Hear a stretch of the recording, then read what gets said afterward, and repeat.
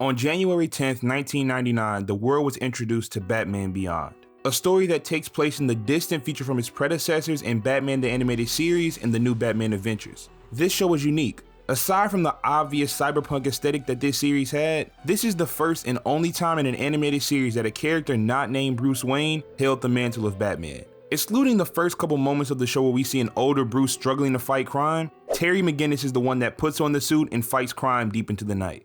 McGinnis is a 17-year-old high school senior who, unlike Bruce, was a very unruly young man, often getting into physical altercations and was noted to have served time in juvenile detention centers in his past. His origin story to becoming Batman is similar to Bruce Wayne's, but it lacks certain layers of depth that Bruce has had. Bruce saw both of his parents gunned down as a young child. In most stories, Bruce doesn't have any brothers, sisters, or any family he was close to in his youth, so he grew up in the comfort of a very large mansion, loads of money, but lacked love.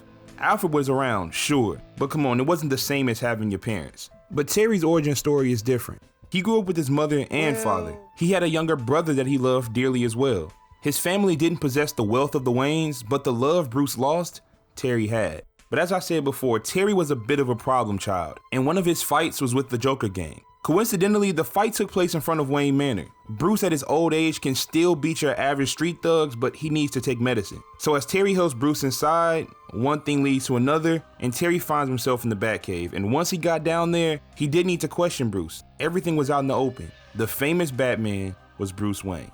As you'd expect, grumpy old Bruce kicked Terry out, and as Terry is walking to his home, he learns that the Joker gang killed his father. And that there is the tragedy that Terry and Bruce can bond over. But unlike Bruce, Terry feels responsible for the death of his father because it's likely the Joker gang only cared about Terry's father because of Terry's actions. Or at least that's what he thought at first.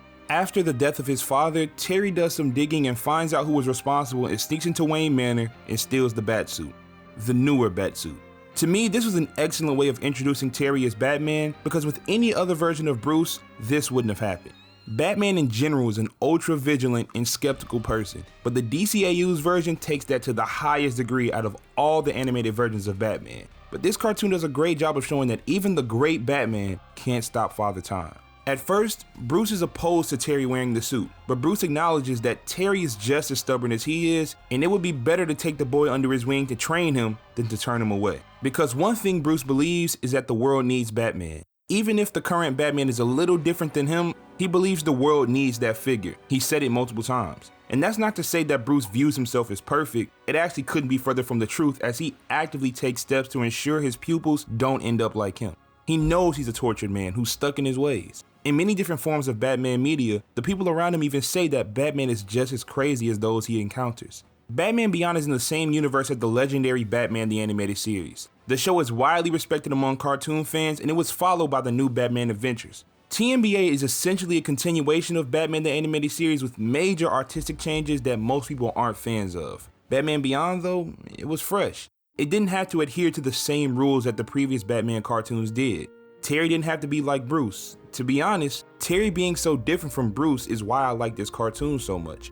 First off, most kids watching Batman cartoons can't relate to an orphan billionaire who's one of the smartest men in the world who just so happens to be adept at multiple types of hand-to-hand combat. But a reckless yet ambitious 17-year-old who chases girls and isn't a great fighter is much more feasible for the average Batman consumer. Majority of comic book superhero fans look for relatability in characters. That's why Spider-Man is arguably the most famous superhero ever. And even though Bruce Wayne's Batman has no shortage of fans, you can't argue that Terry was easier for kids to like. The show could take liberties with the art style and it be accepted because the show is 40 years removed from Batman the Animated Series, and this aspect helps the show stand out in a positive way.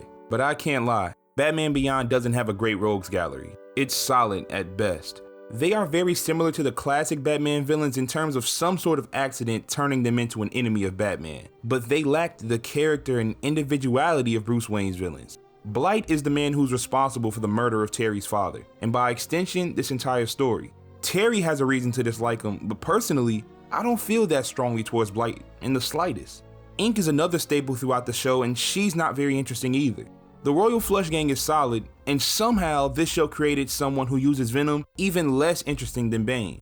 This show just doesn't do a great job with villains, but I think it more than makes up for this with Terry's interpersonal relationships. Seeing how he interacts with his best friend Max is always a treat. I also always appreciated how his on and off girlfriend Dana never accepted his absent nature, even though most times it was because he was saving the city. And most of all, Bruce. In his younger days, Bruce's mission as Batman was paramount. If he thought someone would get in the way of this crusade, he pushed them away. And after decades of doing this, he ended up alone. No Alfred, his sidekicks had all outgrown him, and he purposely alienated any romantic partner he could have had. Sometimes I look at Terry as a version of Robin, but he came around when Bruce couldn't be Batman anymore.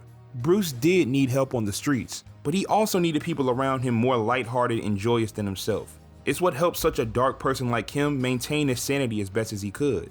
Allowing Terry to be Batman gave Bruce purpose. To train a young crime fighter to do great things as he did, but to not end up as he did. I hope that makes sense.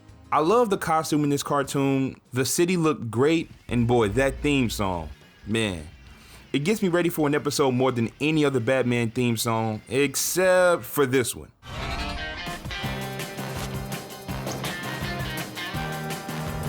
But overall, I really enjoyed this show, and when people speak of great cartoons, I'd like to hear this one more often. Because it doesn't feature Bruce Wayne as Batman, I think this cartoon gets pushed to the side, but in the greatness that is the DCAU, this is one of the top shows for sure.